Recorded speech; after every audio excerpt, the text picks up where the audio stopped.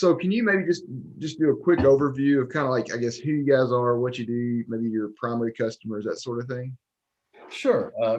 We are a manufacturer of special test machines and a provider of testing services for areas including driveline components like transmissions, wheels, and brakes. We do quite a bit of wet friction work as well as dry brakes and dry clutches, and we service everything from bicycles to aircraft Oh, and wow. even industrial applications such as elevators and other devices like that, and also things like anchor windlasses for aircraft carriers.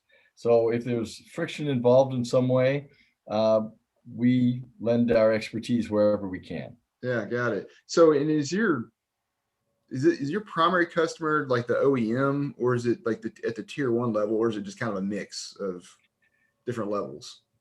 It depends, right? We have a large aftermarket presence Mm, uh, because the aftermarket is 10 times larger than the OE market if you look at a friction material volume in any given year, especially in North America. Um, but certainly we have OE clients. We have tier ones where most of the development is done simply because of the nature of the relationship between the tier one, tier two, and the vehicle builders themselves. Uh, we also work with specialty manufacturers, as I said, people that make uh, scooter brakes or even bicycle disc brakes. mm, Uh, so really, it is not it's not limited to a particular yep, sector. got It it. depends on the demand, right? Yeah, yeah. And is your business model, is it more of providing the in-house testing services, or is it providing the equipment to your customers? Is it both? Well, we do both, and Both. Okay. it varies from year to year. We're a smaller company. Uh, I think from the service side, we can provide a better experience because we're closer to the customer. Our staff is well experienced and has, in fact, over 20 years experience for each of our project engineers here. And we have a couple of new guys, but for the majority of it's well over 2 decades. And so, because we've seen a lot of special things, we can bring other, let's say, processes or thoughts to bear on a problem. Certainly, conducting the standardized tests that you find in ISO or SAE are used when appropriate, but standard tests aren't necessarily always the best approach to help understand a problem. Mm, So we try to use our experience and build upon that to help the customer get over the hump with whatever problem they're facing. If got it. it's if it's a market analysis and standardized tests seem to fit, of course, we use those first and foremost. They're more easily understood by the broader base of customers and probably a little better accepted. But for projects that are perhaps closer to home and not, let's say, public in nature, uh, many times we have to develop new equipment or new techniques to help analyze those problems and help the client develop solutions. And did you found the? Are you the founder of the company? No, my brother and I run the company today, but our father founded it in 1965. So Oh, we've wow. been Okay. around for 56 years at this point. Wow, that's awesome. That's great. So your background. So did you join the company early in your career, or did you kind of venture out first and then join the company? What's kind of been your career with Greening? Well, I started really in the company. I had some small independent businesses when I was going to college and even in high school, but I've always been doing work here, and I grew up actually running friction machines and dynamometers. So I've got a very well founded and well rooted experience from actually doing the work, not just from an engineering perspective, but actually putting it together, running the machines, and analyzing the data. And I think that has served us well going forward because that kind of experience is tough to come by. And until you get your hands dirty, you don't necessarily always see the entirety of the problem, Yeah, much like a mechanic, right? yeah, Working on the car, it's nothing like a little dirt early on to help you get a little, perhaps better understanding of what the problems are when sure. they're staring you in the face. Yeah, no, absolutely. And then, from a market perspective, I know you obviously brakes is not, you mentioned, not the only area of expertise, but is what percentage of the business is focused on braking? Is it Uh, pretty divided up, or is it primarily braking? it is primarily braking. It's mostly friction material related, but there are also qualification tests that are either brake or disc or drum related. We have a lot of uh, business in the area of ECER 90 certification for friction materials and discs and drums. As you may be aware, the Europeans and other countries signed to the treaty under ECE um, do use ECER 90 as a qualifier for replacement products. And so those products have to be tested and certified prior to sale in those markets. And over the last 8 or so years, we've developed quite a good following and a good customer base in that area. Yeah. So the ECE R90, so that's the replacement base after, that's like their aftermarket regulation or certification or whatever, right? Over in Europe, right? Yes, So that is the replacement standard for gotcha. discs and drums and friction materials for automobiles and heavy vehicles. And we don't really have that in the US, We correct? don't, We don't, correct. We we don't have don't, any, there is no compulsory uh, performance test for replacement brake components in the United States. yeah. Do you see that coming? Do you see that coming down the pipeline anytime soon for the US, having some sort of standard or regulation for aftermarket? I think that if we go back to the early 2000s when FMVSS 135 became enacted into law, there was certainly a feeling amongst the replacement market companies that a standard was imminent because there was a lot of product that was, let's say, widely varied in performance, Yeah. and there were some fears of that. But there didn't seem to be a very large appetite at the federal level for that. It's a difficult thing to do, and I will say do correctly. You can do some comparison testing, but that isn't really definitive if you want to certify a part as, let's say, keeping an otherwise OE vehicle compliant with the law.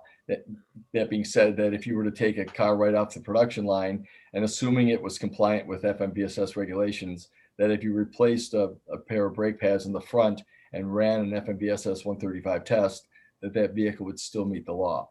So sort of got lost in the wash and it didn't get a lot of attention. It's certainly an important aspect. Obviously, it's a primarily safety device for your motor vehicle, but there's not really a strong push, and I don't foresee that I don't see it. in the near term. Because, there's been an industry focus on, I guess, awareness on brake emissions over the last couple of years, kind of building steam. So do you see this kind of continuing to be like a focus on the awareness side to where maybe either the brake manufacturers will continue to kind of focus on figuring out how to reduce that, or the adoption of electric vehicles with maybe, that fundamentally maybe kind of changing the level of emissions? Or do you think there's going to be like heavy regulation to where we're going to be scrambling to figure out, kind of like the copper free, we're trying to figure out, okay, we're going to have to change the friction material?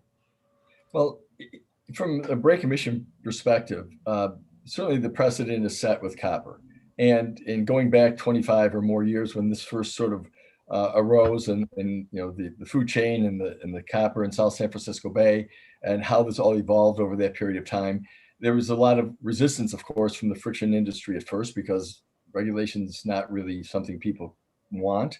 But eventually, I think they came to see that something was going to happen. And so instead of fighting the government forces or the environmentalists, they saw a way to join and help direct, let's say, what ultimately became the regulation and sort of get a way to come on board with them and understand it and not get trampled by it. I think that certainly the industry's, because of that experience, is a little more aware now, and the pressure for non-tailpipe emissions is certainly strong in Europe. Not so much here per se. We don't have the same types of population densities as the cities do in Europe. First it was about particulates from diesels, and now you've got tires and brakes. And so I think that here, certainly California is very interested in brake emissions and has sponsored some work in that area. But I also believe that there's going to be a desire to try to harmonize with whatever Europe does if it seems to be reasonable. And I would expect in the next couple of years, you'll see regulation enacted in Europe. maybe there's a 5-year runway to help people become compliant. So I think that the friction industry obviously will have to address this. Mm. Again, if they help develop the standard and help science and point out where you still need to have some latitude for the emissions and where the harmful bits are, they can probably craft something that is sustainable. Hmm. I think that, yeah, but I think the U.S. will be behind that effort. I say behind it, I mean in time. It will Yep. eventually come here as well. So would this affect your business from a testing perspective or from equipment? I mean, do you see that affecting you all in any way? Well, certainly, we want to stay current with whatever the demand of the market is. So for measuring brake emissions, it's something we're already well investigated, and we'll be moving forward on as the regulation becomes, let's say, more codified or perhaps better understanding of what it ultimately will look like, and therefore the measurements that will need to be made. Obviously, we'll have to step up and do what's necessary. Part of it is that, you know, if you start developing regulations for friction materials or brake emissions, you have to be able to comprehend every vehicle. So that comes now down to the type of material you use. Just like copper, there's no differentiation between a copper-free pad for a 2021 vehicle or a 2001 vehicle. The friction material can't have it. That's different than measuring the emissions, right? Blocking it on the way in and perhaps not understanding what's coming out, because that isn't being measured right now. It's tough to tell what the byproducts are. As you pointed out, friction's made from hundreds of different raw materials in various, infinite combinations, if you will. So to figure out how to reduce the size of the particle or to increase the size of the particle, perhaps, so it doesn't become respirable, um, and and and how you do that across the board for all these different brakes and all these different vehicle sizes and applications is going to be a tremendous undertaking. So I would expect there would be a lot of testing involved with that going forward. Yeah. Are you seeing much interest or conversations with your current customers on this topic? Yes, we are seeing more and more conversation. They're certainly interested. Uh, Depending upon where they sell, it becomes more of a problem. As I said, it's it's it's unclear at this point as to what the United States is going to do or at what time they will do it. Mm. My feeling is that they're going to wait to see how it shakes out in Europe and figure out what the best path forward and take the lessons learned there and apply them here.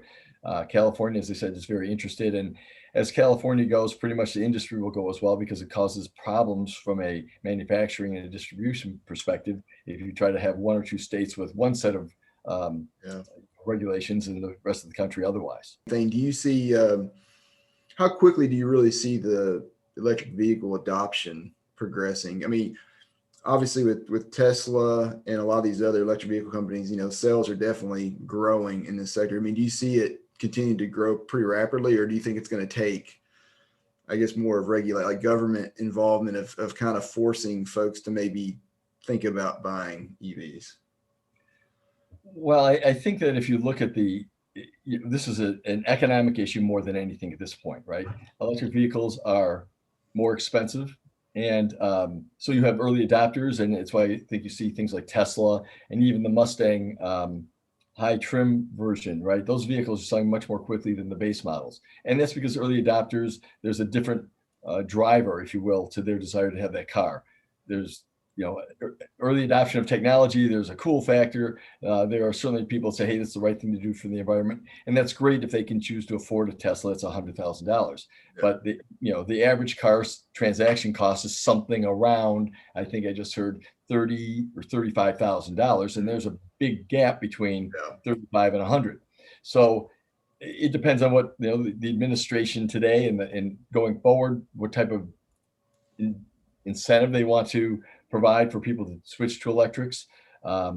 Certainly, there are people that have range anxiety, and that will last for some time still. There are certainly people that can't use it just because of the proximity they have to charging stations, in rural areas especially. Certainly, it's going to keep coming, Brian. There's too much money at stake for it to fail, frankly, and as many people who are invested aren't going to let that happen. Now, the average fleet age of a vehicle I should say the average age of the car park, if you will, in the United States is 12 years.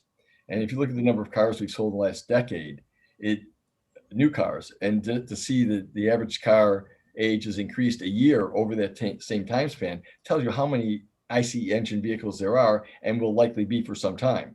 So those vehicles would clearly need replacements. And even if companies aspire to be all electric in, say, the next 5 to 10 years, that takes there's still a tremendous number of vehicles sold between then and now.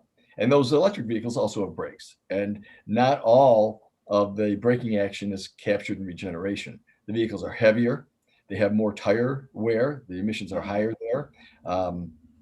If you look at the weight of an F-150 dry or curb versus the weight of a Tesla curb are the same, a Tesla Model 3. So Wow. and also you can't always capture all of the braking energy by regeneration for reasons of, let's say, emergency or panic stops. There's only so fast you can regenerate that power to the battery pack. It doesn't have infinite capacity. So friction brakes will still continue to be used. And if you look at them in some vehicles, they're very large. If you look at a Taycan, which is the electric Panamera from Porsche, the brake discs on those are rivaling those you find on some school buses. So, there's a lot of friction braking still to go. And obviously the materials will change because the thermal demands are different. Corrosion and roughness become a bigger factor. Cars become quieter, so every noise becomes louder, which means that brake noise will be a bigger and bigger problem compared to today.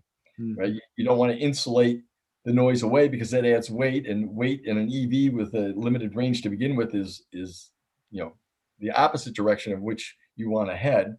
So there are a lot of challenges to come, and I don't see friction brakes going away in significant volumes until you get to a 75% or greater EV sale year to year. And there's a long way to go between the 5% or so we are today and 75%, right? Well, so before we go, what you have any events, any projects, anything like that coming up that you want to talk about? Well, we've been talking a little bit about the industries coming back, people getting back to the office, certainly being able to meet customers face to face when before, let's say over the last year, it wasn't really convenient because they weren't in the office, or they're certainly protocols prohibited it. I'm glad to see that the FMSI is going to be having their break weekend in the first week of October, and then 2 weeks after that, the SAE break colloquium is going to be held in Orlando. They're going to do a hybrid model, so there'll be some, video presentations and in-person presentations. So it remains to be seen how many people will be traveling. Obviously, there's a difference in budgets and mindset, perhaps, to attend some of these meetings. But I think that people want to get together. It's important to have exchanges face to face. It's great doing an interview by Zoom, but it isn't the same. You don't always communicate the same way. Sure. And so those are the next two events that are really coming up for our industry, and hopefully that leads to better things down the road as we get this pandemic under relative control. Yeah, no, for sure. Yeah, I hope I'd like to be able to start seeing people face to face again and seeing everybody, but I'm hoping it's not going to be a slow process. I'd like to get things back to normal as soon as we can, but we'll see what happens. Yeah, we'll see. Well, good. It's a long slog back up the hill, right? Yeah, for sure. Well, good. Well, Chuck, hey, this has been great. I really appreciate your time today. We'll definitely have to do this again sometime. My pleasure. Thank you for the opportunity, and take care.